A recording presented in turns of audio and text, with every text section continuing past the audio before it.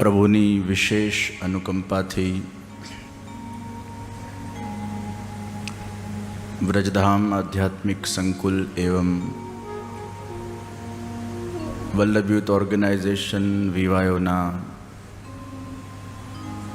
સંયુક્ત ઉપક્રમે ગ્લોબલ હિન્દુ વૈષ્ણવ પ્રેરણા મહોત્સવ નું આજે મંગલ ઉદ્ઘાટન થયું. આજે પ્રથમ દિવસે જ ખૂબ મોટી સંખ્યામાં આપ સૌ વૈષ્ણવજનો એકત્રિત થયા. આ અદ્ભુત વાતાવરણને જોઈને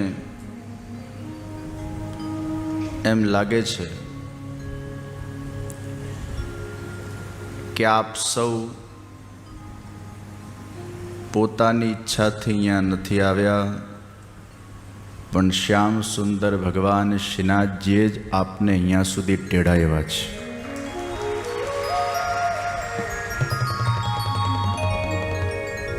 વ્રજધામ સંકુલથી જ્યારે શોભાયાત્રા નીકળી વાજતે ગાજતે, અને જ્યારે આજે ઠાકોરજીના સુંદર 56 ભોગ મનોરથનો આપણે દર્શનનો લાભ પ્રાપ્ત કર્યો,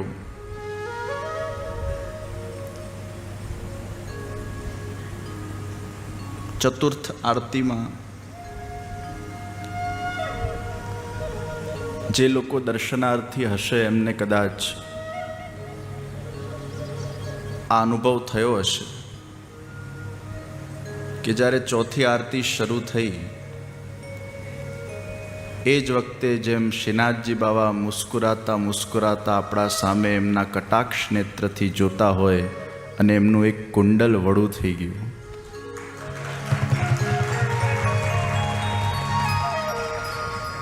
અહીંયા તો આપણે ઔપચારિક ઉદ્ઘાટન કર્યું, પણ આ મહોત્સવનું ઉદ્ઘાટન ચોથી આરતીમાં શ્રીનાથજી બાવાએ જ કરી લીધેલું.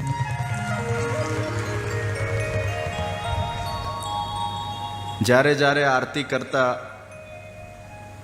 આવું કંઈક ઠાકોરજી કંઈક વળું કરે એ પણ એક સંકેત છે. મારી બેંગ્લોરમાં જ્યારે શ્રીનાથજી ચરિતામૃત કથા હતી એ વખતે જ્યારે સમાપ્તિના દિવસે જ્યારે હૃદયમાંથી ભાવ પ્રગટ થયા અને હું એમ કહેતો હતો કે આ કથા વ્રજરાજકુમાર નથી કરતા, આ તો શ્રી વલ્લભને વિઠ્ઠલ હૃદયમાં વિરાજીને કથા કરે છે. અને એ વખતે હું જ્યારે એમ બોલ્યો કે મારા વાક પુષ્પ શ્રી વલ્લભના શ્રી ચરણોમાં હું સમર્પિત કરું છું, એ વખતે એ લોકોએ આચારપીઠના ઉપર એક ફૂલમંડલી જેવી બનાવેલી, અમારા અશોકભાઈને ધ્યાનમાં હશે, અને વાક પુષ્પ શ્રી વલ્લભના શ્રી ચરણોમાં હું સમર્પિત કરું છું. બસ આ વાક્ય પૂરું થયું અને ઉપરથી પુષ્પ મહાપ્રભુજીના શ્રી ચરણમાં આવીને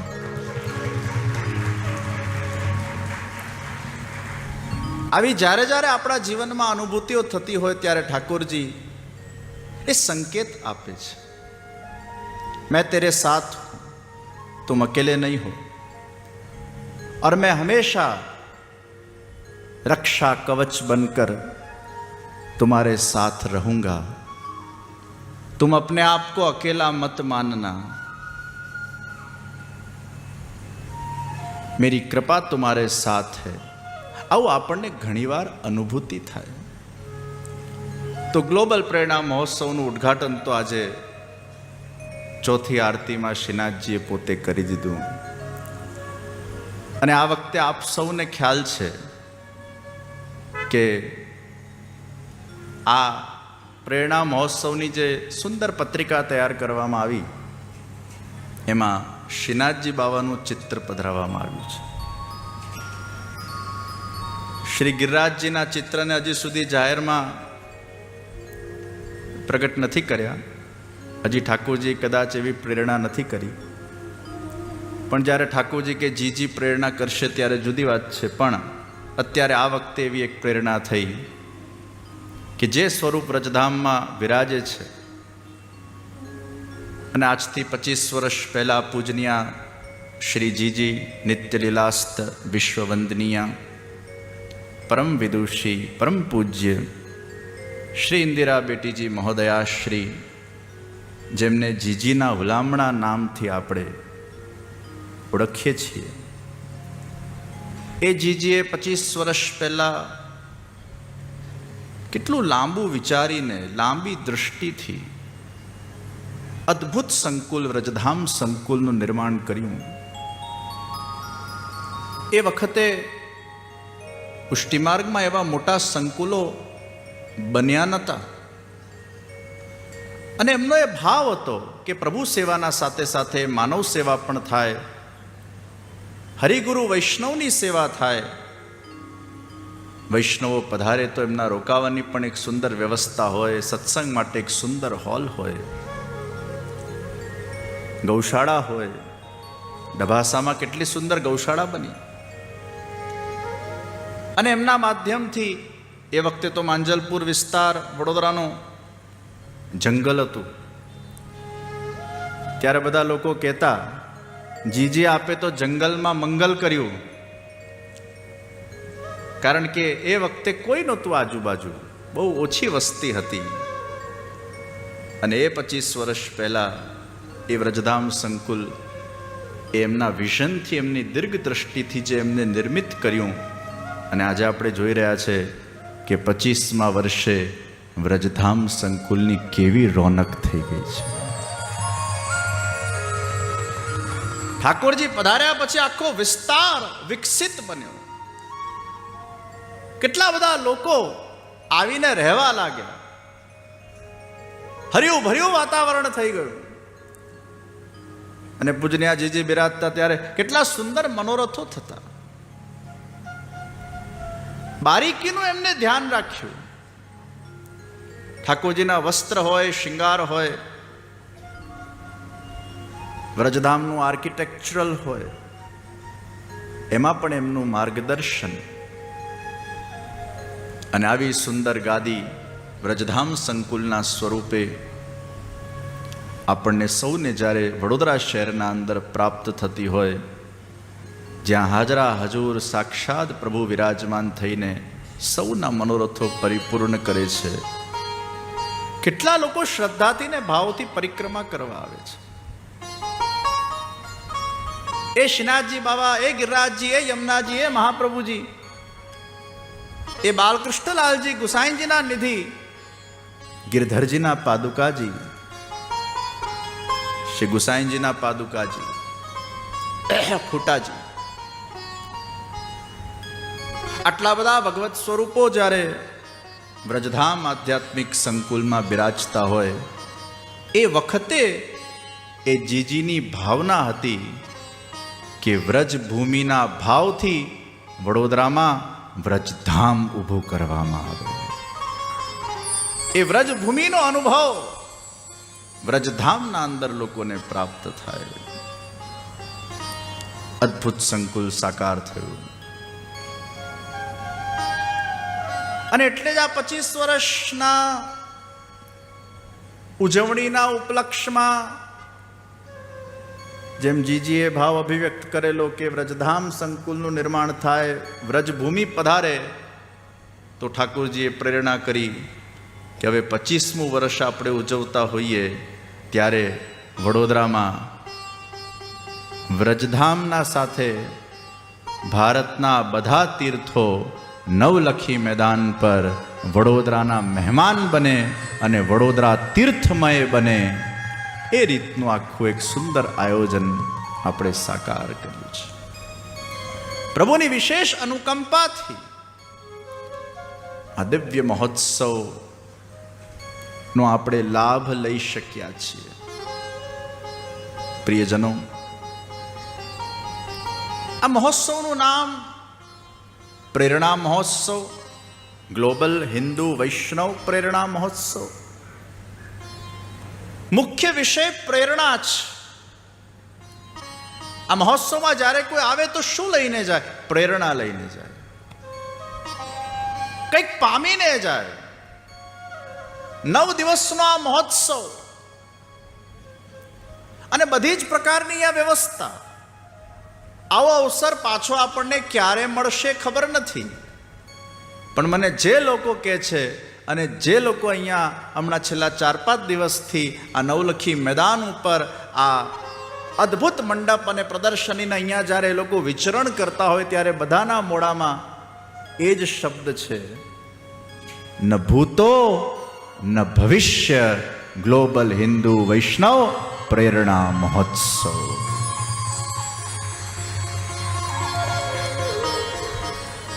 આ સૌની લાગણી છે. તો મુખ્ય વિષય પ્રેરણા છે. અહીંયાથી કંઈક આપણે આ 9 દિવસમાં પામીને જઈએ. ભજન સાથે ભોજન, સત્સંગ સાથે ભોજન, એની સુંદર વ્યવસ્થા.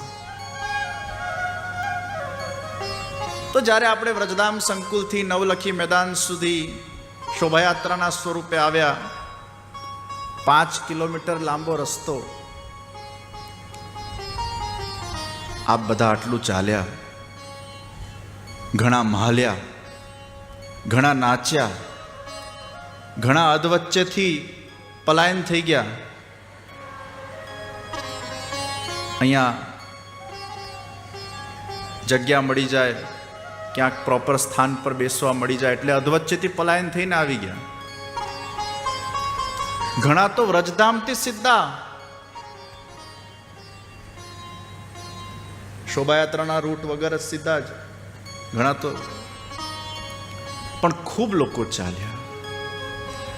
મને આમ બગ્ગીમાં બેઠા બેઠા એમ થતું હતું કે હું પણ તમારા બધાના વચ્ચે આવીને હું એ ચાલવા લાગુ.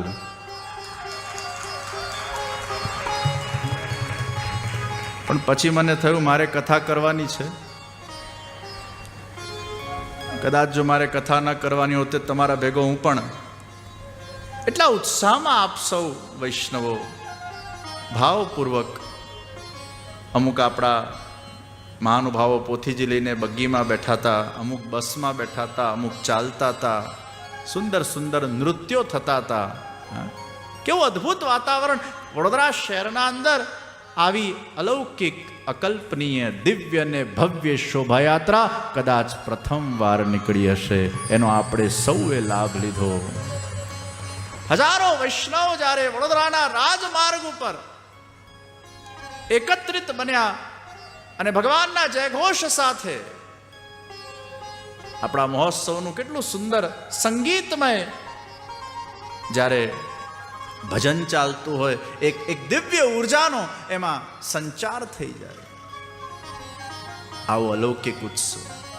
પણ મેં આ પૂર્વ ભૂમિકા એટલે કહી કે આટલું બધું તમે બધાએ આજે જે શ્રમ લીધો, 1 વાગ્યાથી કેટલા બધા લોકો વ્રજધામ સંકુલ આવી ગયા. બારગામથી પણ દૂર દૂરથી લોકો, ઘણા તો સૌરાષ્ટ્રથી કેટલા બધા લોકો આજે બસ ભરીને આવ્યા છે. ઘણા બધાને મેં આજે જોયા, સવારે કેટલા વહેલા ઉઠ્યા હશે અને સીધા વ્રજધામ આવ્યા. ત્યાં પણ 1-2 કલાક ખૂબ આનંદ કર્યો, ઠાકોરજીના દર્શન કર્યા અને પછી વાંચતે ગાજતે એ શોભાયાત્રાના સ્વરૂપે આપ સૌ જ્યારે નવલખી મેદાન આવ્યા અને અહીંયા આવ્યા પછી પાછું ઘણો લાંબો એક કાર્યક્રમ ચાલ્યો અને એ બધું કાર્યક્રમ પત્યા પછી પણ 7:30 વાગ્યા હોય અને આટલી શાંતિથી અનુશાસન સાથે આપ અહીંયા ખુરશી પર ચોંટીને બેઠા છો, તે માટે આપ સૌને ખૂબ ખૂબ અભિનંદન, ખૂબ ખૂબ ધન્યવાદ. અને મારો અત્યાર સુધીનો અનુભવ છે કે આ ભોજન છે એટલે બેઠા છે એવું નથી. આ ભોજન છે એટલે બેઠા છે એવું નથી. આ તમારો ભાવ છે, આ તમારી જિજ્ઞાસા છે, આ તમારો ઉત્સાહ છે, આ તમારી લાગણી છે, આ તમારો પ્રેમ છે કે પહેલી વાર ઇતિહાસમાં આવો મોટો મહોત્સવ પુષ્ટિ સંપ્રદાયના કદાચ 550 વર્ષના ઇતિહાસમાં પહેલી વાર આટલો મોટો ઉત્સવ જ્યારે વડોદરા શહેરમાં થતો હોય તો આપ સૌનો એ ઉત્સાહ અત્યારે દેખાઈ રહ્યો છે.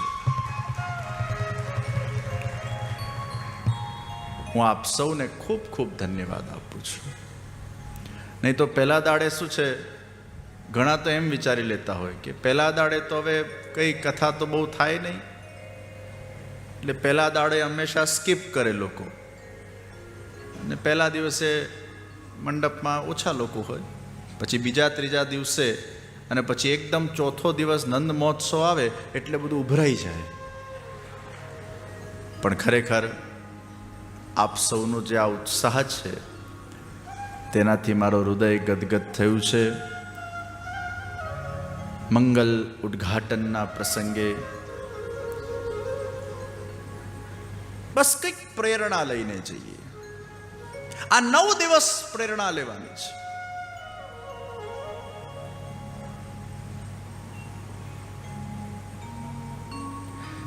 જીવનમાં કોઈ પણ ક્ષેત્રમાં સફળતા પ્રાપ્ત કરવી હોય એમાં 9 પી જોઈએ. કેટલા પી જોઈએ? 9 પી જોઈએ. આપણો પ્રેરણા મહોત્સવ છે ને એ પી છે. આ 9 પી કયા છે? અને આ 9 પીને તમારે આ 9 દિવસમાં મજબૂત કરીને જવાના છે. 9 પી. એમાં પહેલું પી એ પ્રેરણા છે. આપણા જીવનની શરૂઆત જ એક પ્રેરણાથી થાય છે. તમારું જન્મ કઈ રીતે થયું એના પાછળ પણ પ્રેરણા હતી. તમારા માતા પિતા તમારા જન્મ માટે નિમિત્ત બન્યા, ઈશ્વર તમારા જન્મ માટે નિમિત્ત બન્યા. સૌથી પહેલા ઈશ્વરના મનમાં થયું, ઈશ્વરને પ્રેરણા થઈ કે મારે આ જીવને જન્મ આપવો છે. આપણું ઉદ્ગમ સ્થાન જ એ પ્રેરણાથી છે. જ્યાં સુધી ઈશ્વર ઈચ્છતો નથી કે મારે આ જીવને ભૂતલ પર મોકલવો છે, ત્યાં સુધી કોઈ પણ જીવ આ ભૂતલ પર આવી શકે ખરો? सबसे पहले हमारे जिंदगी की शुरुआत वो प्रेरणा से होती है. આપણે બધા જ ઈશ્વરની પ્રેરણાથી, માતા પિતાના નિમિત્ત બનવાથી આ ભૂતલ પર આવ્યા છે. પહેલે પ્રેરણા है. અને આપણે આપણા જીવનમાં જે કંઈ પણ કરીએ છીએ એમાં પણ મૂળ જે ઝરણું છે એ પ્રેરણાનું ઝરણું છે. ઇન્સ્પિરેશન.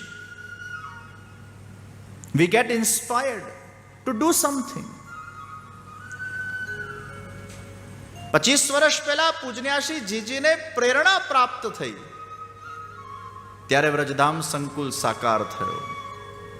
અને 15 વર્ષ પહેલા, આમ 17 વર્ષ પહેલા 2007માં હું જ્યારે હોસ્પિટલના બિછાને હતો અને 35 દિવસ બેડ રેસ્ટ પર હતો, એ પ્રસંગ આપ સૌને ખબર છે. એ કષ્ટના અંદર, એ 35 દિવસના બેડરેસ્ટના અંદર 2007 ડિસેમ્બરના અંદર પ્રભુએ ક્યાંક નિમિત્ત બનાવીને અમારા હૃદયમાં પ્રેરણા કરી કે વિશ્વની સૌથી મોટી સંસ્થા, સૌથી પહેલી આંતરરાષ્ટ્રીય સંસ્થા તરીકે વલ્લભ યુથ ઓર્ગેનાઇઝેશન VYOનું સંસ્થાપન કરવામાં આવે. આ પણ પ્રેરણાથી થયું છે. એક કષ્ટમાંથી આ VYOનું જન્મ થયું છે.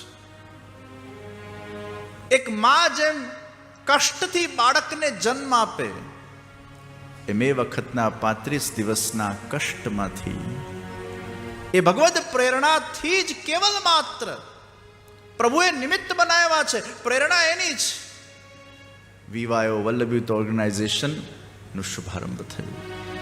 તો વ્રજધામ અને VYO પાછળ પણ મૂળ અગર કોઈ ઝરણું વહેતું હોય એ કયું છે? એ ભગવાનની પ્રેરણાનું ઝરણું છે. મૂલ में प्रेरणा. बुद्धि प्रेरक कृष्णस्य पाद पद्मम प्रसीदतु. भगवान ही हमारी बुद्धि को प्रेरणा देते हैं. ક્યારેક આપણે આમ આંખ બંધ કરેલા હોઈએ, જપ કરતા હોઈએ, ધ્યાન કરતા હોઈએ, પ્રભુની સેવામાં તલ્લીન થઈ જતા હોઈએ અને અચાનક તમારા મનમાં કે હૃદયમાં કોઈક વિચાર પેદા થઈ જાય, કોન્શિયસલી તમે ક્યારે પણ એનો વિચાર પણ ન કર્યો હોય અને એકદમ તમારા મનમાં આમ કોઈક આમ વિચાર આવે, એનું નામ પ્રેરણા. તમારા હૃદયના તાર આમ હલવા લાગે, અંદરથી એક પ્રકાશ થવા લાગે, ઈશ્વર કંઈક તમને કહી રહ્યો છે એવી તમારામાં લાગણી પ્રગટ થવા લાગે. આ પ્રેરણા છે.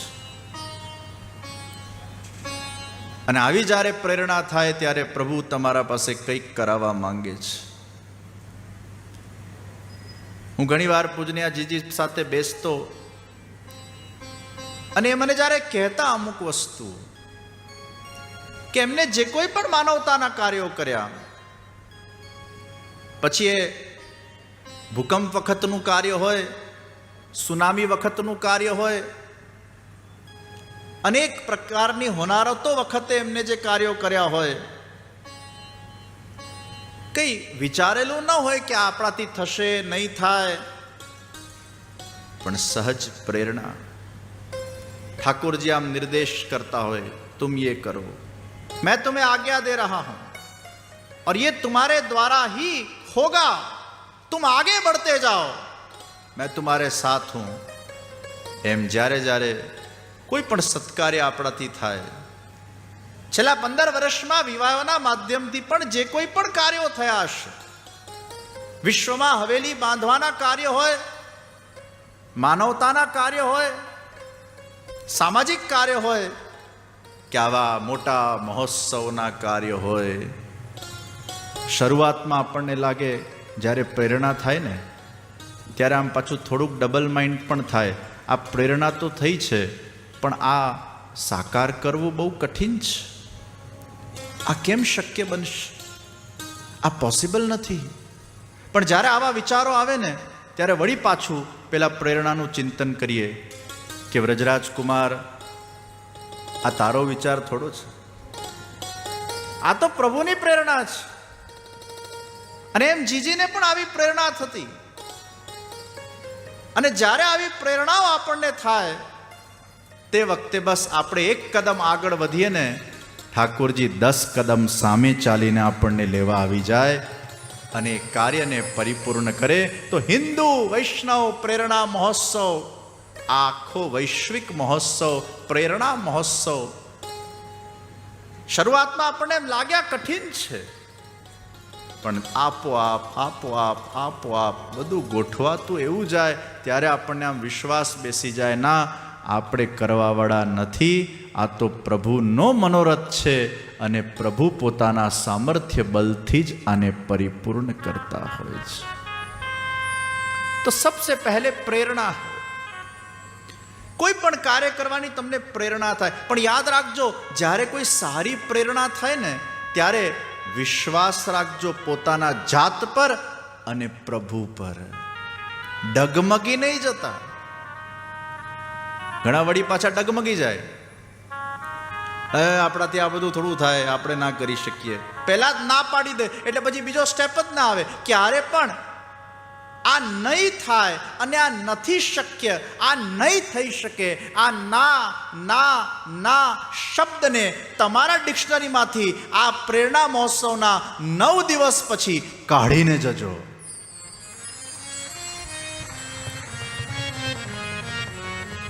અગર તમારા હૃદયના અંદર કોઈ સારી ભાવના પેદા થઈ અને તમારું કોઈ વિઝન છે, કોઈ લક્ષ્ય છે, કંઈક તમે કરવા માંગો છો સમાજ માટે, ધર્મ માટે, માનવતા માટે, રાષ્ટ્ર માટે, તમારી સંસ્થા માટે, ત્યારે ક્યારે પણ ગભરાતા નહીં. કર્મ માર્ગના અંદર પણ તમે કદાચ તમારા વ્યવસાયમાં આગળ વધતા હો કે તમારા કોઈ કાર્યક્ષેત્રમાં આગળ વધતા હો, ક્યાંય પણ આ નહીં થઈ શકે, આ શબ્દ જ પ્રોગ્રેસ રોકે છે. અધ્યાત્મ ક્ષેત્રના અંદર પણ નહીં થઈ શકે. આપણે તો છે ને સેવા કરી જ ના શકીએ ને આપણું કામ નહીં. કેમ ન કરી શકો? પ્રભુ કૃપા કરે તો શું ન થાય? આપણે ભાવ એવો રાખીએ કે ભલે અત્યારે કદાચ કોઈ સમય સંજોગ અનુસાર મારાથી નથી નિભી રહી સેવા, પણ મને ચોક્કસ વિશ્વાસ છે મારા પ્રભુ પર કે એ જે દિવસે કૃપા કરશે હું ચોક્કસ એમની સેવા, એમની ભક્તિ કરી જ શકીશ. આ પોઝિટિવિટી એ કર્મ માર્ગમાં જરૂર છે, જ્ઞાન માર્ગમાં જરૂર છે અને ભક્તિ માર્ગમાં પણ જરૂર છે. ત્રણેય માર્ગોના અંદર સકારાત્મકતા જોઈએ. ના શબ્દ ન જોઈએ, હા શબ્દ જોઈએ. જે ના ના ના ના કરે, દરેક વસ્તુને નકારે, એને નાસ્તિક કહેવાય. જે હા હા હા હા કરે, દરેક વસ્તુને સ્વીકારે, એને આસ્તિક કહેવાય. आस्तिकता वो स्वीकारने में है, नास्तिकता वो नकारने के अंदर है. हाँ, દરેકનો હાથી સ્વાગત કરીએ. તો પ્રેરણા, જ્યારે કોઈ પ્રેરણા આ 9 દિવસમાં આ ના શબ્દને મગજમાંથી કાઢી નાખજો. અહીંયાથી આપણે ઉર્જા લઈને જવાનું છે, અહીંયાથી આપણે શક્તિ લઈને જવાનું છે, અહીંયાથી આપણે ભક્તિ લઈને જવાનું છે, અહીંયાથી આપણે આપણી શરણાગતિને પ્રભુના શ્રી ચરણારવિંદોમાં દ્રઢ કરીને જવાનું છે. આપણી શ્રદ્ધા વધારે પરિપક્વ બનીને જાય. ના શબ્દ કાઢી નાખજો. કેટલાય લોકો મેં એવા જોયા છે, અમે તો સત્સંગમાં બેસીએ જ નહીં, અમારાથી તો 5 મિનિટ બેસાય નહીં. વળી પાછા એમના વાઈફ કે અમારા ઘરવાળા છે ને એમના તો પગમાં ચક્કર છે, એ તો એક જગ્યાએ બેસી જ ન શકે. અને એવા કેટલાય દાખલાઓ આપણે જોયા છે કે કથા સત્સંગમાં અરે બહાર પેલા ખાલી સ્કૂટર પર મૂકવા આવ્યા હોય કોઈક યુવાન પોતાના માતા પિતાને, અને 2 શબ્દ એના કાનમાં એ કથાના પડી ગયા હોય, અને પછી 7 દિવસ એને રજા મૂકી દીધી હોય. એવા એ કેટલા યુવાનો છે, એવા કેટલા પતિ પરમેશ્વરો છે કે જે લોકોના પગમાં ચક્કર હતા તો પણ એ લોકો અચલ થઈને કથામાં બેઠા રહ્યા. નહીં થઈ શકે આ શબ્દ ના. કોઈ પણ વિષયમાં ના નહીં. હા, કંઈક ખોટું કરો તો ચોક્કસ ના, એમાં હા ના જોઈએ. આ ઊંધું થાય છે. એને વ્યસન કરવું હોય તો ના, હા. સત્સંગ કરવું હોય તો ના. ખોટું કરવામાં અધુનાવૃત્તિ છે હમણાં જ, અને સત્સંગ કરવામાં કાલે કાલે કાલે. એમાં એ મુદત પાડે. કોઈ પણ સત્કર્મ કરવામાં અધુનાવૃત્તિ રાખીએ. આજથી જ, હમણાં જ, રાઈટ નાવ, રાઈટ અવે. એક 75 વર્ષના વૃદ્ધને મેં કીધું કે હવે તમારી ઉંમર 75 વર્ષની થઈ ગઈ, હવે તમે એકદમ સમર્પિત થઈ જાઓ ધર્મના અંદર, સંપ્રદાયના અંદર, પ્રભુના અંદર, અને 8-9 કલાક બસ હવે ઠાકોરજીની સેવામાં અથવા ધર્મ પ્રચાર કાર્યમાં લાગી જાઓ. ના, 75 વર્ષ પછી પણ હજી નિવૃત્તિ નથી આવતી. 75 વર્ષ પછી પણ હજી આ મોહમાયા છૂટતી નથી. 75 વર્ષ પછી પણ હજી પોતાના જાતને આમ આપી દેવાની ભાવના પેદા નથી થતી. અરે ઘણું ભોગવી લીધું, સંસાર પણ ભોગવાઈ ગયું. હવે જે 2-5 વર્ષો પ્રભુએ આપ્યા હોય, હવે સંપૂર્ણ રીતે પ્રભુ કાર્યમાં અમે અમારા જિંદગીને આપી દઈએ, અમારા જીવનને ન્યોછાવર કરી દઈએ અને અમારું આત્મકલ્યાણ કરી દઈએ. આ ભાવના હજી પ્રગટ થતી નથી, કારણ કે પેલું ના વચ્ચે આવે છે. આ ના એટલું બધું ડેન્જરસ છે. ના એટલે પછી હોપને પૂર્ણ વિરામ. બીજું સ્ટેપ આગળ જ ન વધારે. તો પ્રેરણા આ પહેલું પી છે. બીજું પી એ પ્રેમ છે. તમને જે પ્રેરણા થઈ હોય, જે કાર્ય કરવાની, એને પ્રેમ કરો. તમારા કાર્યને જો તમે પ્રેમ નહીં કરો, તમે ભક્તિ માર્ગમાં આગળ વધો છો તો ઠાકોરજીને પણ નિષ્કામ પ્રેમ, સ્વાર્થ વગરનો પ્રેમ, મેવા વગરની સેવા, કોઈ પણ પ્રકારની માંગણી વગરની ભક્તિ, અને કર્મ માર્ગમાં તમે આગળ વધતા હો તો પણ તમારા લક્ષ્યને પ્રેમ કરો, બહુ આનંદ આવશે. लक्ष्य को प्रेम करो. तुम्हें जो करना है उसको प्रेम करो, तुम जो कर रहे हो उसको प्रेम करो, तुम्हारा जो कर्तव्य है उसको प्रेम करो, तुम्हारा जो दायित्व है उसको प्रेम करो. उसमें फिर आलस नहीं થાય, આળસ નહીં. એને પ્રેમ કરો. જો એની મજા બદલાઈ જશે, જો એની દૃષ્ટિ બદલાઈ જશે, તમને એવી મજા આવવા લાગશે. વાહ, પ્રેમ એ બીજું પીચ.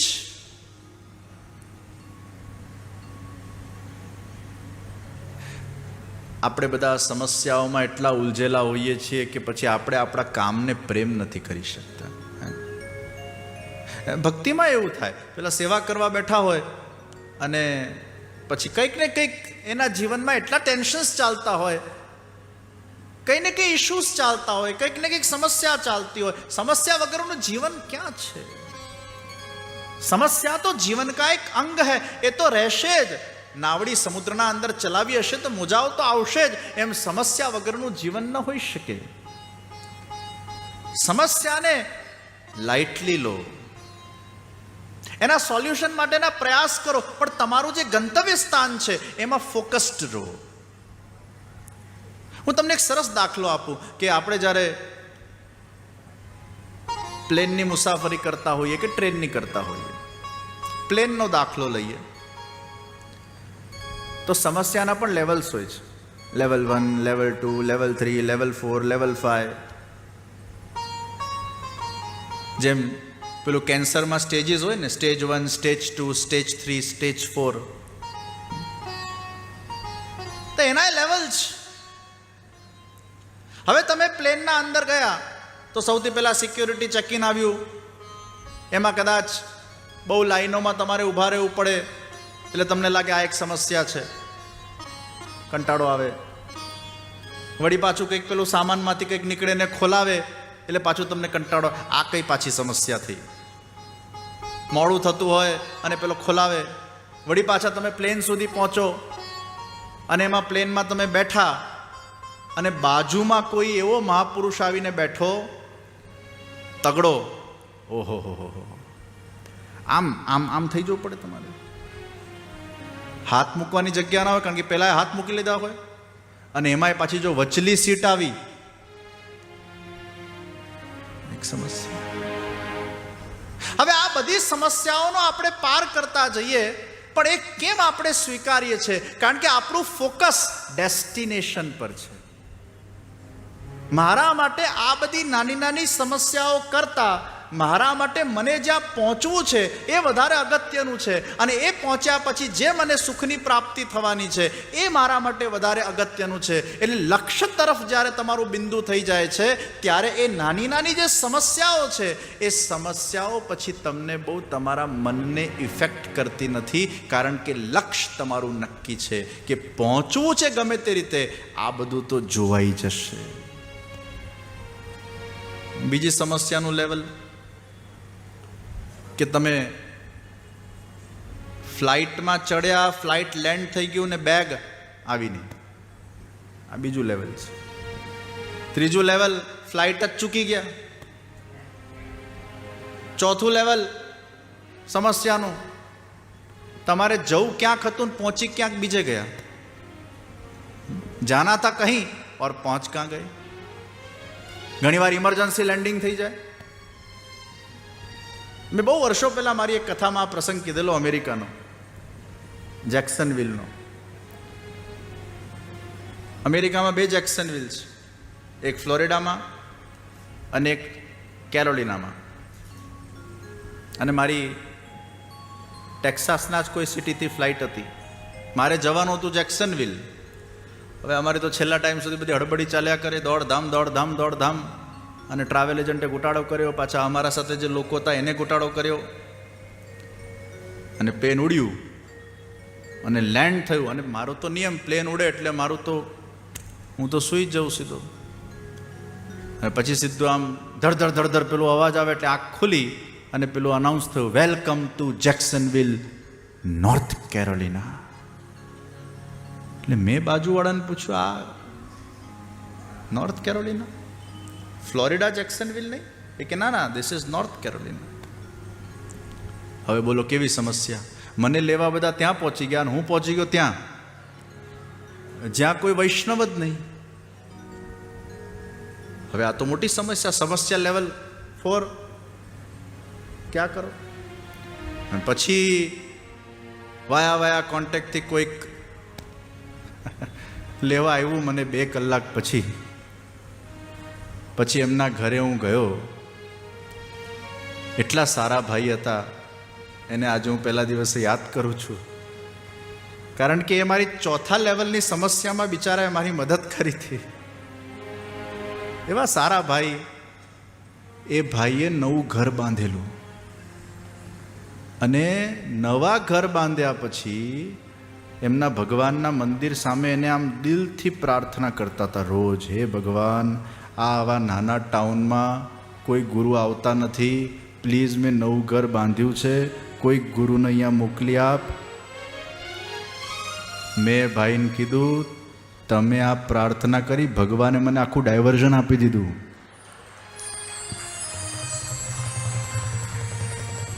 એ भी એક સમસ્યા है.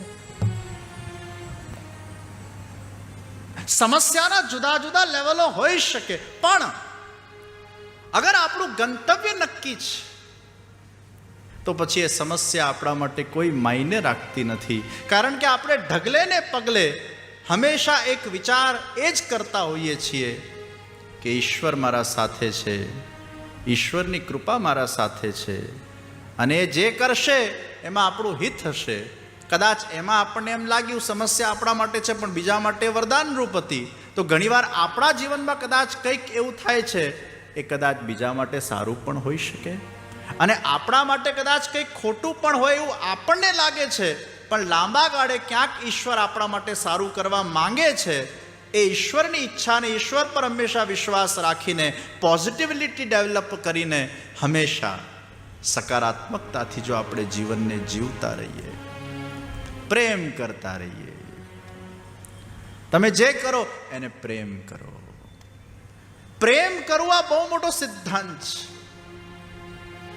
તમારા જીવનમાં તમને અદ્ભુત શાંતિનો અનુભવ થશે. તો પ્રેરણા, પ્રેમ. ત્રીજું પરમાર્થ. પરમાર્થ માટે કાર્ય કરો, ભગવાનની પ્રસન્નતા માટે કાર્ય કરો, પ્રભુને ખુશ કરવા માટે કાર્ય કરો. પ્રેરણા, પ્રેમ, પરમાર્થ, પુરુષાર્થ. પુરુષાર્થ વગર તો કંઈ થાય જ નહીં. છેક સુધીનો પુરુષાર્થ. થાકો નહીં, હારો નહીં, અધવચ્ચે છોડો નહીં. लगे रहो, डटे रहो, भले आपको थोड़ा स्ट्रगल आए, वही तो तप है. तप कोने कहेवाय? अधवच्चे छोड़ी दो એને તપ ન કહેવાય, પણ તપ્યા કરો, તપ્યા કરો, તપ્યા કરો, તપ્યા કરો, કષ્ટને સહન કર્યા કરો, અને એમ કરતા કરતા તપી તપી તપીને તમે સોનું બની જાઓ, ત્યારે તમે મૂલ્યવાન થાવ જીવનના અંદર. કન્સિસ્ટન્ટલી તમારા એફર્ટ્સને કરતા રહો, કરતા રહો, કરતા રહો, કરતા રહો, કરતા રહો. પુરુષાર્થ. પછી પરોપકાર, પછી પ્રસન્નતા, પ્રસન્નતાપૂર્વકનો પુરુષાર્થ, પછી પરિપક્વતા. કાચો પુરુષાર્થ નહીં, પરિપક્વ પુરુષાર્થ. હાફ હાર્ટેડ શોટ મારો ને ક્રિકેટમાં, આઉટ થઈ જવાય, પણ આમ દિલો જાન સાથે, પરિપક્વતા સાથે, સોલિડિટી સાથે, સ્ટ્રોંગનેસ સાથે, પોતાના પર ને પ્રભુ પર વિશ્વાસ સાથેનો પુરુષાર્થ, પરિપક્વતા. અને છેલ્લે પ્રતીક્ષા. ધીરજના ફલ મીઠા. હમણાં બધું થઈ જાય, અત્યારે ને અત્યારે બધું થઈ જાય, ઉતાવળ ન ચાલે. કર્મ માર્ગ હોય, જ્ઞાન માર્ગ હોય કે ભક્તિ માર્ગ હોય, કોઈ પણ માર્ગમાં ધીરજ તો રાખવી જ પડશે. ધૈર્ય બલ તો હોવું જ જોઈએ. તિતિક્ષા બલ, પ્રતીક્ષા બલ. અને આ 9P,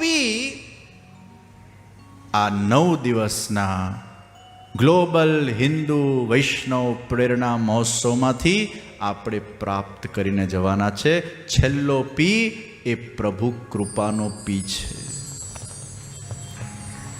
આ બધું હોય પણ જો ભગવાનની કૃપા ન હોય તો કંઈ જ ન થઈ શકે. કારણ કે જીવ પોતે પોતાના સાધનથી કંઈ જ કરી શકતો નથી. એ સામર્થ્ય તો પ્રભુનું જ હોય છે. એને એમ લાગે કે હું કરું છું. હમણાં શોભાયાત્રામાં એક ભાઈને હું જોતો હતો. સરસ શોભાયાત્રા મજાની ચાલતી હતી, ઓટો મોડ પર હતી. અને પછી એ ભાઈ મારા આગળ ઊભા હતા, આમ ઊંધા થઈને. ઊંધા એટલે મને આમ ફેસિંગ, અને આમ કરે પેલા ઘોડાને, કમ કમ કમ, પછી કે આમ આમ આમ આમ આમ. મને લાગ્યું આ ભાઈ, આ ઘોડાને ભાઈ ચલાવે છે. તો ઘોડાને તો પેલો ઘોડા ગાડીવાળો ચલાવે છે. પણ એ ભાઈ આમ એવું બધી એક્શન મારા સામે કરતો હતો. મેં કીધું આ સરસ એન્ટરટેનમેન્ટ છે. આમ આમ કરે એટલે પછી એને એમ લાગતું તો આ આખા શોભાયાત્રાનો સંયોજક હું જ છું. આ બધું director, I am the director of this whole શોભા. આમ આમ કરે, પછી આમ આમ કરે. વાહ, મેં કીધું જબરું કામકાજ છે. એ ભાઈ ખોટું નહીં લગાડતા, જ્યાં બેઠા હોય એ ઘડીનો આનંદ છે. પણ ઘણીવાર આપણને એમ લાગતું હોય કે આ આપણે કરીએ છીએ, આમ આમ આપણે કરીએ એટલે પેલો ઘોડો આપણા ઈશારે ચાલે છે. એ તો આમે ચાલતો જ તો આગળ, તમે તો ખાલી એને આમ આમ કરો છો. એ તો ચાલતો જ તો. मूल में प्रभु की कृपा के बिना हम में कोई सामर्थ्य प्रकट नहीं हो सकता है. और इसलिए नवमું પી એ પ્રભુ કૃપાનો પી છે. અને પ્રભુ કૃપા કરે ત્યારે સૌથી પહેલા પોતાની પ્રસન્નતાથી એ શું આપણને ભેટ આપે, એનું નામ છે સત્સંગ. ભગવાન બહુ જ આપણા પર પ્રસન્ન થયા હોય એમ અગર આપણને લાગે કે બહુ પ્રસન્ન થયા છે, એવું ક્યારે થાય? જ્યારે સત્સંગમાં રુચિ પ્રગટ થઈ જાય. અહીંયા કેટલા યુવાનો બેઠા છે. યુવાનો પણ બધા આજે આટલું ચાલ્યા. અહીંયા આગળ કેટલા બધા યંગસ્ટર્સ ઉત્સાહપૂર્વક બેઠા છે. આ કૃપા છે. આપ સૌ અહીંયા આટલી મોટી તાદાદમાં બેઠા છો, આ કૃપા છે. આગળવાળા ઉપર પણ ભગવાનની કૃપા છે. પણ આ પાછળ દૂર દૂર દૂર દૂર સુધી મને તો એન્ડ જ નથી દેખાતો, માથા પણ નથી દેખાતા.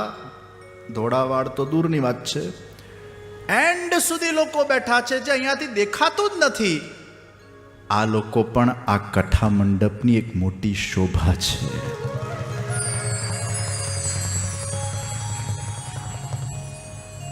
તો ભગવાનની કૃપા થાય ત્યારે સત્સંગની પ્રાપ્તિ થાય. જન્મ જન્મના પુણ્યનો જ્યારે ઉદય થાય ત્યારે ભગવાન આપણને સત્સંગ આપે.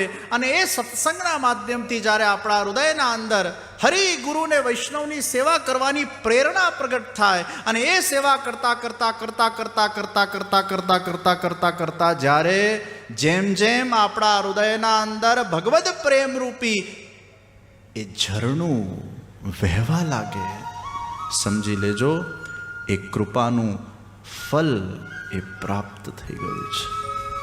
કારણ કે ભગવાનમાં પ્રેમ જન્મવું બહુ કઠિન છે. એમનેમ સેવા થશે, પ્રેમ નહીં જન્મે. નૃણામ જન્મ સહસ્ત્રેણ ભક્ત્યા પ્રીતિર્હિ જાયતે. કલૌ ભક્તિ ભક્ત્યા કૃષ્ણ પુરઃસ્થિતિ. કેટલાય જન્મો પછી, સહસ્ત્ર જન્મો પછી આ કલયુગના અંદર કેવલ ભક્તિ જ એક એવું સાધન છે જેનાથી ભગવાન શ્રી કૃષ્ણ આપણા સામે આપણા હૃદયમાં ઉપસ્થિત થઈ જાય છે. પણ જન્મ જન્મ પછી આ ભગવદ પ્રેમ આપણામાં પ્રગટ થતો હોય છે. પ્રિયજનો, ભક્તિ પ્રગટ થવી બહુ કઠિન છે. પ્રેમ પ્રગટ થવું બહુ કઠિન છે. અને એ પ્રેમને પ્રગટ કરવા માટે અગર આ કલયુગના અંદર સૌથી શ્રેષ્ઠ અને સરળ સાધન કોઈ હોય શ્રી કૃષ્ણ સુધી પહોંચાડવા માટેનું, તો એ શ્રીમદ ભાગવત છે. શ્રીમદ ભાગવતની કથા એ કૃષ્ણમાં પ્રેમ પ્રગટ કરે છે. શ્રીમદ્ભાગવતાખ્યોયમ પ્રત્યક્ષઃ કૃષ્ણ એવ હિ સ્વીકૃતોસી મયા નાથ મુક્ત્યર્થમ ભવસાગરે મનોરથો મદીયોયમ સફલઃ સર્વથા ત્વયા નિર્વિઘ્નૈર્નૈવ કર્તવ્યો દાસોહમ તવ કેશવ. આ શ્રીમદ ભાગવત એ પ્રત્યક્ષ ભગવાન શ્રી કૃષ્ણ જ છે.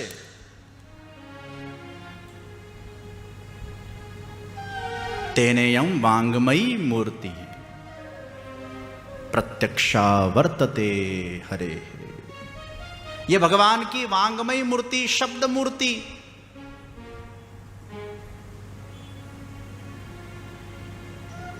સ્વકીયમ યદ ભવેત તેજ, ભગવાને પોતાનું તેજ શ્રીમદ ભાગવતમાં પધરાવ્યું છે.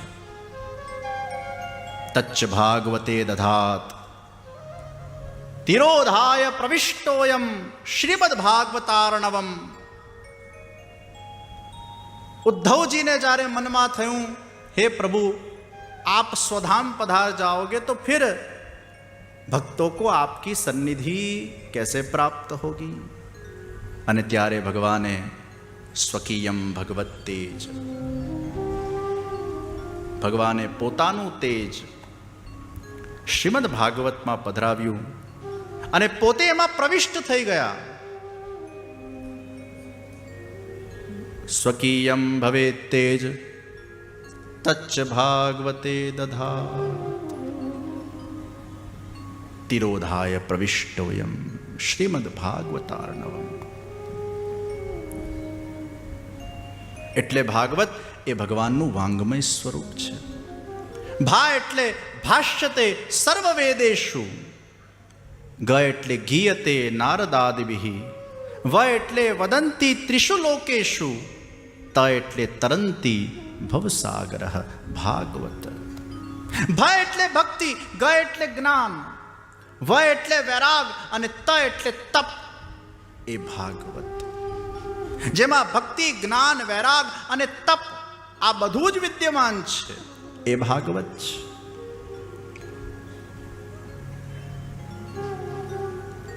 आइए हम श्रीमद् भागवत जी के महात्मा में प्रवेश करते हैं. पद्म पुराण અને સ્કંદ પુરાણ અંતર્ગત શ્રીમદ્ ભાગવતનું મહાત્મ્ય છે. સચ્ચિદાનંદ રૂપાય વિશ્વોત્પત્યાદિ હેતવે તાપત્રય વિનાશાય શ્રી કૃષ્ણાય વયમ નમઃ. સચ્ચિત આનંદ રૂપ ભગવાન શ્રી કૃષ્ણ સ્વયં છે. સતથી શાશ્વતતા, ચિત્તથી ચૈતન્ય. ભગવાનના એક સદના અંશથી આ જગત પ્રગટ થઈ ગયું. કેવલ સદાંશથી આ જગતનું પ્રાગટ્ય છે. ચિત્ત એટલે ચૈતન્ય અને આનંદ. સચ્ચિત અને આનંદ રૂપ ભગવાન સ્વયં છે. આ ભગવાનનું કેટલું સુંદર રૂપ છે. ભગવાન સાકાર સ્વરૂપે જ્યારે આ ભૂતલ પર અવતીર્ણ બને છે, આજ તો ભગવાનની વિરુદ્ધ ધર્માશ્રય લીલા છે ને આજ તો ભગવાનની ક્ષમતા છે. શ્રી વલ્લભાચાર્યજી મહાપ્રભુજી બહુ સુંદર વિરુદ્ધ ધર્માશ્રય લીલાનું આપણને અવલોકન કરાવડાવ્યું કે આ બ્રહ્મ સર્વત્ર વ્યાપક છે, બધે જ વિદ્યમાન છે, સર્વત્ર છે, અત્ર તત્ર સર્વત્ર વ્યાપક, સર્વત્ર ખલુ ઇદમ બ્રહ્મ. એ ભલે દેખાતો નથી, એ બ્રહ્મ કદાચ નિરાકાર હોઈ શકે, નિર્ગુણ હોઈ શકે, નિધર્મક હોઈ શકે, પણ એ જ બ્રહ્મ સાકાર, સગુણ, સગધર્મક પણ હોઈ શકે. અને આ જ ભગવાનની વિરુદ્ધ ધર્માશ્રય લીલા છે કે જે વખતે યશોદાજીના ખોળાના અંદર ભગવાન શ્રી કૃષ્ણ સ્તનપાન કરતા હોય છે, એ વખતે ભગવાન સાકાર સ્વરૂપે, પૂર્ણ પુરુષોત્તમ રૂપે, માયા રહિત થઈને પોતાના આનંદમય રસો વૈસહ સ્વરૂપને ધારણ કરીને યશોદાજીના ખોળામાં વિરાજમાન હોઈને એમને સ્તનપાન કરાવવાનું સુખ પ્રાપ્ત કરાવતા હોય અને એ જ વખતે આખા વિશ્વના અંદર બ્રહ્મ સ્વરૂપે પણ વ્યાપક હોય છે નિરાકાર બનીને, તો એક વખતે સાકાર બનીને પણ ભગવાન લીલા કરે છે, એ જ વખતે નિરાકાર બનીને સર્વત્ર વ્યાપક રહે છે. આ જ ભગવાનની વિરુદ્ધ ધર્માશ્રય લીલા છે. સચ્ચિદાનંદ રૂપાય વિશ્વોત્પત્યાદિ હેતવે, વિશ્વની ઉત્પત્તિ સ્થિતિ અને લય જેમનાથી થાય છે, જેમનામાં થાય છે અને જે કરે છે, જેમનાથી થાય છે, જેમનામાં થાય છે અને જે કરે છે, એવા વિશ્વોત્પત્યાદિ હેતવે તાપત્રય વિનાશાય, ત્રિવિધ પ્રકારના દુઃખોનું જે નાશ કરે છે એવા શ્રી કૃષ્ણને અમે નમસ્કાર કરીએ છીએ. શ્રી કૃષ્ણાય વયમ નમઃ. નૈમિષે સુતમાસીન અભિવાદ્ય મહામતિમ કથામૃતરસાસ્વાદ કુશલઃ શૌનકો બ્રવીત. અજ્ઞાનદ્વાંત વિદ્વંસ કોટિ સૂર્ય સમપ્રભ સૂતાખ્યાયી કથાસારમ મમ કર્ણરસાયનમ. નૈમિષારણ્યના અંદર સૂતજીનું અભિવાદન કરવામાં આવ્યું. હજારો શૌનક આદિ ઋષિઓ વિદ્યમાન છે, ઉપસ્થિત થયેલા છે અને સૂતજીનું અભિવાદન કરીને એમને વિનંતી કરે છે. ભક્તિ જ્ઞાન વિરાગાપ્તો વિવેકો વર્ધતે મહાન માયા મોહ નિરાસશ્ચ વૈષ્ણવૈઃ ક્રિયતે કથમ. હે સૂતજી, ભક્તિ જ્ઞાન ને વૈરાગની પ્રાપ્તિ કઈ રીતે થઈ શકે, આ માયા ને મોહનું નિરસન કઈ રીતે થાય, એનો આપ ઉપદેશ પ્રદાન કરો. સૂતજી એ પરંપરાથી, પૌરાણિક પરંપરાથી, વ્યાસજીની પૌરાણિક પરંપરાના અંદર વિદ્યમાન છે અને વ્યાસજી એમને વરદાન આપેલું કે સૂતજી, તમે જ્યારે જ્યારે વ્યાસપીઠ પર વિરાજમાન થઈને કથા કરશો તે સમયે, તેટલા સમયે તમારામાં બ્રાહ્મણ દેવતાનો આવિર્ભાવ થઈ જશે, તમે બ્રાહ્મણ થઈ જશો. સૂતજી શૌનક આદિ ઋષિ મુનિઓને કથાનું रसपान करावे छे. आइए हम बद्रिकाश्रम पहुँचे. जे बद्रिकाश्रमना अंदर नारद जी बधे पृथ्वी पर विचरण करता करता बद्रिकाश्रम पहुँच्या छे. सनकादि मुनि साथे एमनो मिलाप थयो छे. ब्रह्म तेजथी भरपूर परम ज्ञानी एवा सनकादिओ, એ સનકાદી ઋષિઓ સાથે નારદજીનું મિલાપ થયું. નારદજીના મુખ પર ચિંતા છે. સનકાદી મુનિ પૂછે છે, આપ ચિંતામાં કેમ છો? મહાપુરુષો જ્યારે ચિંતા કરે ત્યારે એ ચિંતા પોતાના માટે ન હોય, એ ચિંતા હંમેશા સમાજ માટે હોય, એમના શિષ્ય માટે હોય. સમાજ અને શિષ્યની ચિંતા એ હંમેશા મહાપુરુષ કરતા હોય છે. કોઈ દિન દુખ્યાને અગર દુઃખ થાય તો પણ મહાપુરુષને ચિંતા થાય, કોઈ શિષ્યને દુઃખ થાય તો મહાપુરુષને ચિંતા થાય. નારદજીનું મુખ ચિંતાવાળું છે. क्या हुआ नारद जी, आप चिंता में क्यों हो? आप तो नारायण नारायण नारायण का जप करते हो हमेशा, आपका मुख चिंतास्पद क्यों है? मैं पूरे पृथ्वी पर मैं विचरण कर रहा था, सब जगह मैं गया, लेकिन कहीं भी मुझे शांति प्राप्त न हुई. न तीर्थों में शांति है, न कहीं शांति है. सत्य तप पवित्रता दया भी क्षीण हो गई है.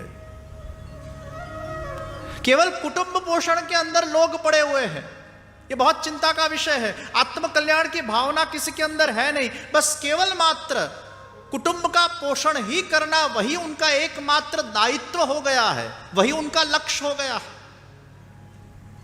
परिवार का पोषण करना निश्चित हमारा कर्तव्य है, दायित्व है, हमें करना ही चाहिए, हमारा स्वधर्म है. लेकिन यह देह किसके लिए प्राप्त हुआ है?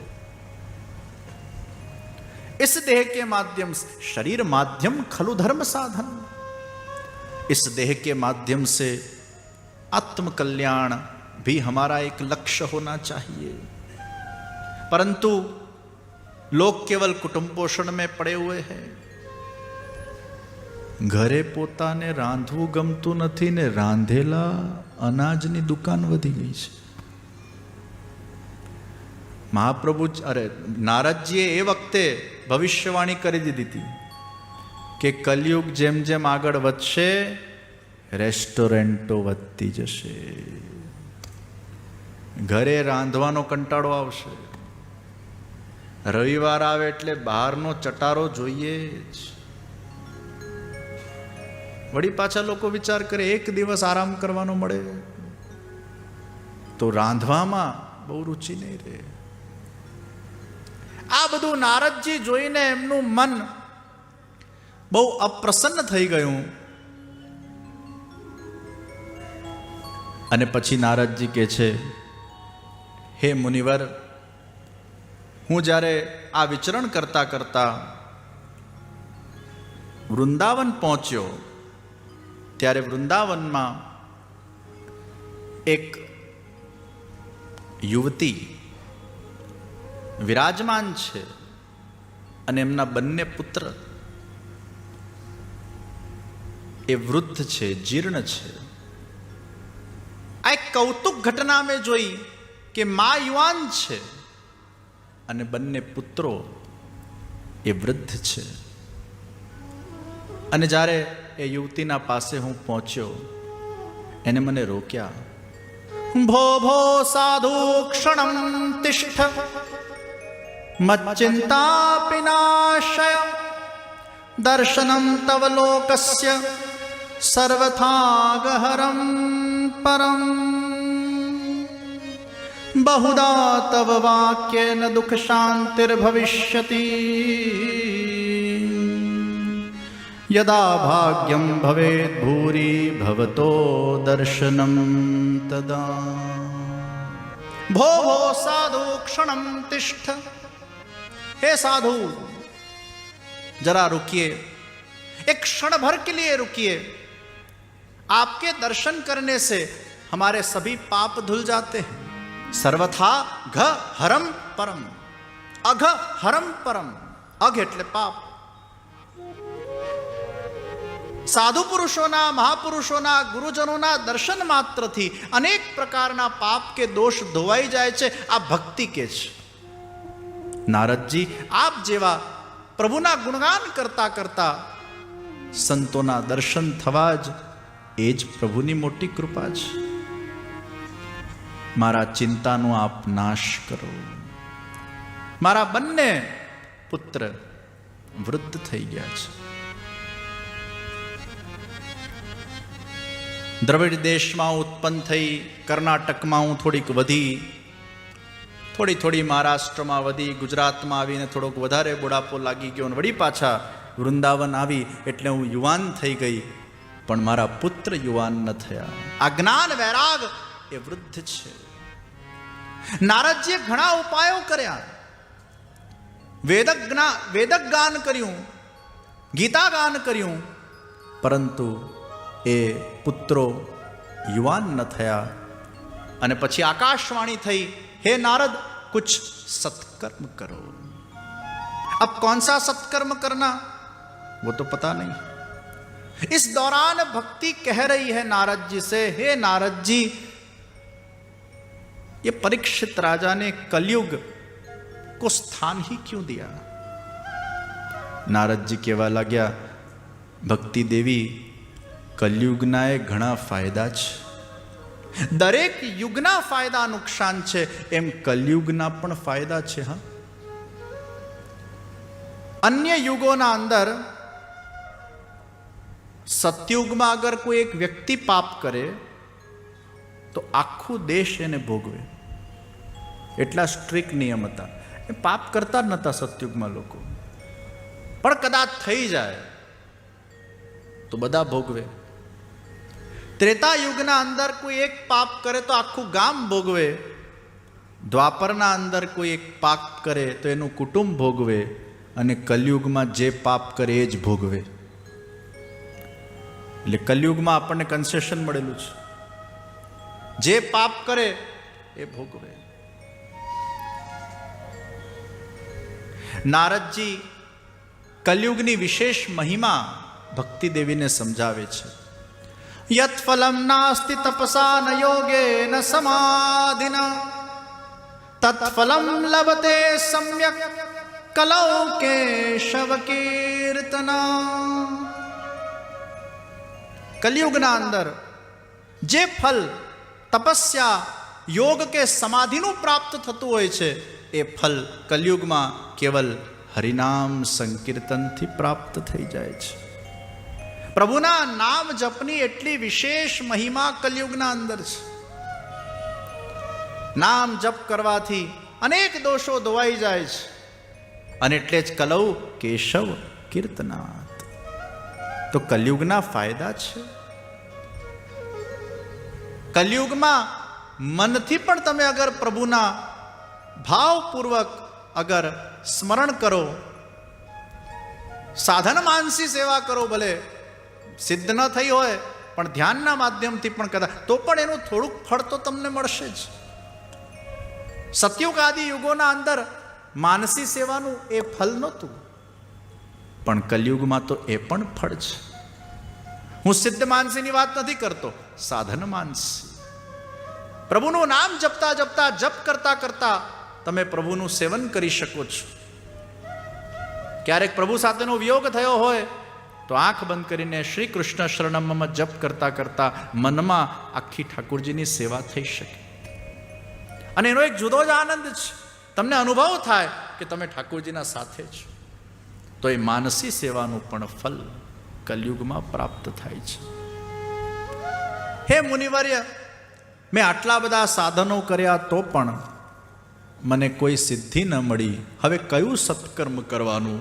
સનકાદિ મુનિ કે છે, શ્રીમદ ભાગવત સત્કર્મ કરો. શ્રીમદ ભાગવત કથાના રસપાનથી આ જ્ઞાન વૈરાગ પાછા યુવાન થઈ જશે. અને એટલે શ્રીમદ ભાગવત જ્ઞાન અને વૈરાગ ઉત્પન્ન કરે છે. ભક્તિ સાથે જ્ઞાન વૈરાગ હોવું જરૂરી છે. ભક્તિ હોય પણ જ્ઞાન વૈરાગ ન હોય તો એ ભક્તિમાં પ્રવૃદ્ધ ન બની શકે. અને એટલે જ ભક્તિ, જ્ઞાન, વૈરાગ ને તપ એ ભાગવત પ્રદાન કરે છે. પણ મુનિવર્ય, વેદનું જ ફલ ભાગવત છે ને, તો વેદગાનથી કેમ સફળતા ન મળી? ત્યારે સનકાદિ મુનિ કહે છે કે જે વેદ કરી શકે એ ભાગવત ન કરી શકે, જે ભાગવત કરી શકે એ વેદ ન કરી શકે. બંનેના કેરેક્ટરિસ્ટિક્સ જુદા છે. આંબાનું ઝાડ હોય, એનું ફળ આંબો હોય, તો આંબામાં મીઠાશ આવશે, ફળમાં મીઠાશ આવશે. એની ડાળીઓને ચાવશો તો એમાં મીઠાશ ના આવે, એ ફળમાં મીઠાશ આવશે. તો ઝાડનો એક પોતાનો રોલ છે, ફળનો એક પોતાનો રોલ છે. યજ્ઞના અંદર ભલે દૂધમાંથી જ ઘી પ્રગટ થયું છે, પણ દૂધની આહુતિ ન અપાય, એ અગ્નિ બુઝાઈ જશે, ધુમાડો થઈ જશે. આહુતિ તો ઘીની જ અપાશે. તો જે દૂધ કરી શકે ઘી ન કરી શકે, જે ઘી કરી શકે એ દૂધ ન કરી શકે. બંનેના કેરેક્ટરિસ્ટિક્સ જુદા છે. એમ જે ભાગવત કરી શકે એ વેદ ન કરી શકે. श्रीमद् भागवत का रसपान जब होगा ये ज्ञान वैराग युवान हो जाएंगे. हरिद्वार में आनंद नामनो घाट छे, त्या सिंह अने हाथी एक साथे जल पीए छे. सिंह अने हाथी एक साथे जल पीए એટલે બહુ મોટી વાત કહેવાય. એ તો એકબીજાને મારવા દોડે. આ એવો ઘાટ છે કે જે ઘાટ પવિત્ર છે, જ્યાં આપસમાં એકબીજા માટે વેર નથી. આ વેર ભાવ વગરનો ઘાટ છે. અને ત્યાં શ્રીમદ ભાગવત કથાનું શુભારંભ કરવામાં આવે. સનકાદિ મુનિ હરિદ્વાર પધાર્યા છે અને શ્રીમદ ભાગવત કથાનું મંગલ શુભારંભ થયું છે. નારદ મુનિ સહિત અન્ય એકત્રિત થયા અને આ કથાનું રસપાન કરતા ગયા. ભક્તિ, જ્ઞાન, વૈરાગ ત્યાં પ્રગટ થયા અને એ કથાના રસપાન કરતા કરતા ધીરે ધીરે જ્ઞાન અને વૈરાગ એ યુવાન થવા લાગ્યા. ભક્તિ સુતૌ તૌ તરુણૌ ગૃહિત્વા પ્રેમૈક રૂપા સહસા વિરાસિત. શ્રી કૃષ્ણ ગોવિંદ હરે મુરારે નાથેતિ નામાનિ મુહુર્વદંતી. નાથેતિ નામાનિ મુહુર્વદંતી. નાથેતિ નામાનિ મુહુર્વદંતી. ભક્તિ જ્ઞાન વૈરાગ પધાર્યા અને ભક્તિ દેવીના મુખમાંથી આ શ્રી કૃષ્ણ ગોવિંદ હરે મુરારી આ શબ્દો પ્રગટ થયા, આ મંત્ર પ્રગટ થયું, આ કીર્તન પ્રગટ થયું. અને એટલે જ આપણે ભાવપૂર્વક ભક્તિ દેવીના પોતાના અંદરથી જે પ્રગટ થયેલું કીર્તન છે એનું વિશિષ્ટ કીર્તન કરતા હોઈએ છીએ, જેથી ભક્તિ દેવી આપણા હૃદયમાં આવીને બિરાજમાન થઈ જાય. શ્રી કૃષ્ણ ગોવિંદ હરે મુરારી હે નાથ નારાયણ વાસુદેવ. શ્રી કૃષ્ણ ગોવિંદ હરે મુરારી હે નાથ નારાયણ વાસુદેવ. શ્રી કૃષ્ણ ગોવિંદ હરે મુરારી હે નાથ નારાયણ વાસુદેવ. શ્રી કૃષ્ણ ગોવિંદ હરે મુરારી હે નાથ નારાયણ વાસુદેવ. શ્રી કૃષ્ણ ગોવિંદ હરે મુરારી હે નાથ નારાયણ વાસુદેવ. आइए भाव से. श्री कृष्ण गोविंद हरे मुरारी हे नाथ नारायण वासुदेव. श्री कृष्ण गोविंद हरे मुरारी हे नाथ नारायण वासुदेव. श्री कृष्ण गोविंद हरे मुरारी हे नाथ નૃત્ય કરતા કરતા ભક્તિ દેવી પધાર્યા છે. જ્ઞાન અને વૈરાગ એ યુવાન થઈ ગયા છે. શ્રીમદ ભાગવત કથા ના શ્રવણ માત્રથી ભક્તિ જ્ઞાન વૈરાગ તપની આપણને પ્રાપ્તિ થઈ જાય છે.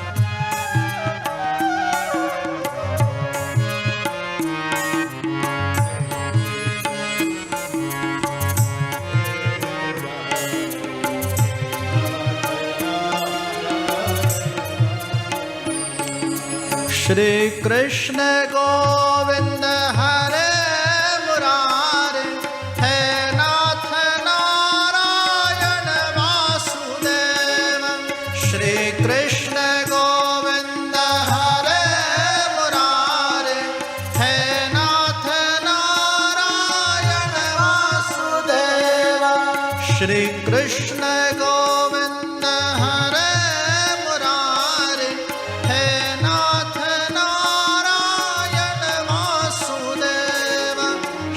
कृष्ण गोविंद हरे मुरारी हे नाथ नारायण वासुदेव. श्री कृष्ण गोविंद हरे मुरारी हे नाथ नारायण वासुदेव. कृष्ण गोविंद हरे मुरारी हे नाथ છઠ્ઠા અધ્યાયમાં ભાગવતજીના અમુક નિયમો બતાડવામાં આવ્યા. ગોકર્ણ આખ્યાન કાલે કથામાં આવશે. 2 વાગ્યાથી કથા શરૂ થશે. 2 થી 4 કિશોરચંદ્ર શાસ્ત્રીજી કથાનું રસપાન કરાવશે. સહવક્તા જે આ કથાના છે. અને પછી પ્રથમ સ્કંદથી 4 વાગ્યાથી લઈને 7 સુધી એ પ્રથમ સ્કંદના વિષય ઉપર આપણે ચિંતન કરીશું. પણ આજે પ્રથમ દિવસ છે. અને પછી 6ઠા અધ્યાયના નિયમોને કાલે બીજા દિવસે સાંભળો, એના કરતાં પહેલા દિવસે શ્રવણ કરી લો તો વધારે સારું. તો ભાગવત કથાને શ્રવણ કરવાના અમુક નિયમો બતાડવામાં આવ્યા. પહેલું નિયમ, બ્રહ્મચર્યનું પાલન કરવું, ફલાહાર કરવું. 2 ટાઈમ ફલાહાર યા 1 ટાઈમ ફલાહાર, 1 ટાઈમ અનાજ 1 ટાઈમ ફલાહાર, યા 2 ટાઈમ ફરાર, યા 1 ટાઈમ ફરાર 1 ટાઈમ અનાજ, તમને જેમ અનુકૂળતા હોય. સવારે ફલાહાર કરો અને સાંજે પછી અહીંયા તો વળી પાછું બહુ આ વ્રત લઈ લેશો તો અહીંયા અમારી ઉપાધિ થશે. પણ જો ફલહાર કરી શકતા હો તો ઉત્તમ છે, એ તો શ્રેષ્ઠ પ્રકાર છે. કનિષ્ઠ પ્રકારના અંદર 1 ટાઈમ ફરાર 1 ટાઈમ, જેમ અનુકૂળ હોય. પણ વધારે ભોજન નહીં કરતા, સ્વલ્પ આહાર. તમારી જેટલી ભૂખ હોય એનાથી 50%, પછી આખું ભરી લેશો તો અહીંયા આવીને કથા સાંભળતા ઝોકા આવે. એટલે સ્વલ્પ આહાર, સત્ય, શૌચ, દયા, મૌન, ઉદારતા, આ બધા નિયમોનું પાલન કરવાનું છે. શૌચ એટલે પવિત્રતા. સ્નાન કરીને પવિત્ર થઈને કથા મંડપમાં આપણે આવીએ, કારણ કે આપણા હૃદયમાં સાક્ષાત ભગવાન શ્રી કૃષ્ણ આવીને વિરાજતા હોય છે. તો આપણે પણ આપણું હૃદયને સ્વચ્છ બનાવી દઈએ, તનને પણ સ્વચ્છ બનાવીએ અને અંતઃકરણને પણ સ્વચ્છ બનાવીએ, ત્યારે પ્રભુ એમાં પધારે. કોઈ પણ વૈષ્ણવ, બ્રાહ્મણ, ગુરુ, સ્ત્રી, ગોભક્ત, રાજા, કોઈ મહાપુરુષ, એની નિંદા નહીં કરવી. આ 9 દિવસ દરમિયાન આ સૌથી મોટો નિયમ છે. કારણ કે ઢગલે ને પગલે આપણે કંઈક ને કંઈક કોઈકની નિંદામાં પડતા હોઈએ છીએ. ક્યાંક કંઈક અણગમો થયો હોય, કોઈકના સાથે અનબન થઈ હોય, કંઈક ન ગમ્યું હોય, કંઈક તકલીફ પડી હોય એટલે તરત પછી ભડાસ કાઢવાનું ચાલુ. તો ખાસ આ 9 દિવસ દરમિયાન કોની નિંદા નથી કરવાની? વૈષ્ણવ, બ્રાહ્મણ, ગુરુ, સ્ત્રી. એટલે ભલે અહીંયા સ્ત્રી લખ્યું છે એટલે એવું નહીં કે પુરુષની કરાય. સ્ત્રી, ગોભક્ત, રાજા, મહાપુરુષ, એની નિંદાથી આ નિયમોનું આપણે पालन करिए. आइए आज के सत्र को हम यही विराम दे. श्री कृष्ण गोविंद हरे मुरारी, हे नाथ नारायण वासुदेव. श्री कृष्ण गोविंद हरे मुरारी, हे नाथ नारायण वासुदेव. श्री कृष्ण गोविंद हरे मुरारी, हे नाथ नारायण वासुदेव. श्री कृष्ण गोविंद हरे मुरारी, हे नाथ नारायण वासुदेव. श्री कृष्ण गोविंद हरे मुरारी, हे नाथ नारायण वासुदेव. श्री कृष्ण गोविंद हरे मुरारी, हे नाथ नारायण वासुदेव. श्री कृष्ण गोविंद हरे मुरारी, हे नाथ नारायण वासुदेव. श्री कृष्ण गोविंद हरे मुरारी, हे नाथ नारायण. ઘણા બધા મનોરથીઓ થયા છે. આજે હું બધાના નામ નથી લઈ શક્યો, આજે મોડું બહુ થઈ ગયું હતું, પણ આજે એક નામ ખાસ લઉં છું. અમારા શાંતિભાઈ સોમાણી. આ આખા કથાનું જ્યારે સૌથી પહેલી વાર વિચાર કોઈના મનમાં પ્રગટ થયો હોય, 1.5 વર્ષ પહેલા શાંતિભાઈ સોમાણીએ વિનંતી કરી એમના ધર્મપત્ની ગોદાવરીબેન, અને એમનો મનોરથ હતો કે શ્રીમદ ભાગવત કથા જ્ઞાન યજ્ઞનું આયોજન કરવામાં આવે. એ વખતે આ ગ્લોબલ હિન્દુ વૈષ્ણવ પ્રેરણા મહોત્સવની વાત જ ન હતી, ખાલી કથાનો વિષય હતો. એમના માહેશ્વરી સમાજના લોકો બધા ભેગા થવાના હતા. એમની ખૂબ લાગણી હતી, 50મા વર્ષની ઉજવણી હતી, એવો એમનો ભાવ હતો. અને જુઓ, 50મા વર્ષમાં ભક્તિ કાર્યક્રમ રાખવાનો એમના હૃદયમાં ભાવ જન્મ્યો તો ઠાકોરજીએ બીજને વૃક્ષ બનાવી દીધું અને આ ગ્લોબલ હિન્દુ વૈષ્ણવ પ્રેરણા મહોત્સવનું આયોજન કર્યું. તો શાંતિભાઈ અને ગોદાવરીબેન પરિવારને આજના પ્રસંગે હું ખૂબ ખૂબ મારા ભૂરી ધન્યવાદ, ખૂબ ખૂબ આશીર્વાદ પાઠવું છું.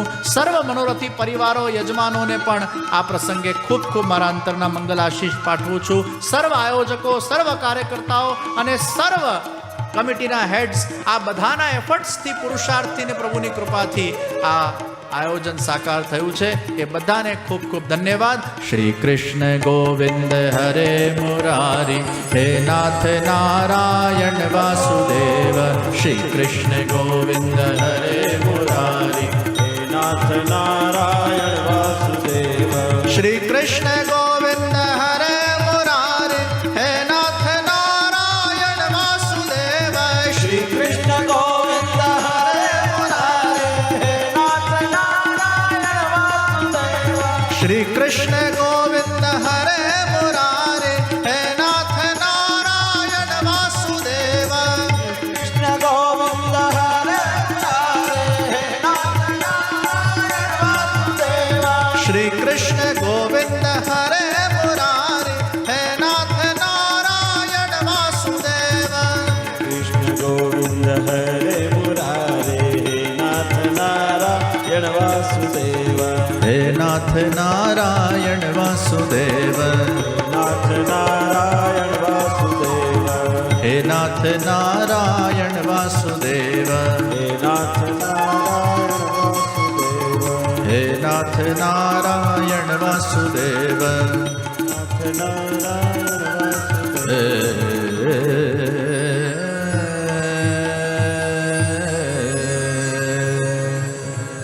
નાથ નારાયણ વાસુદેવ.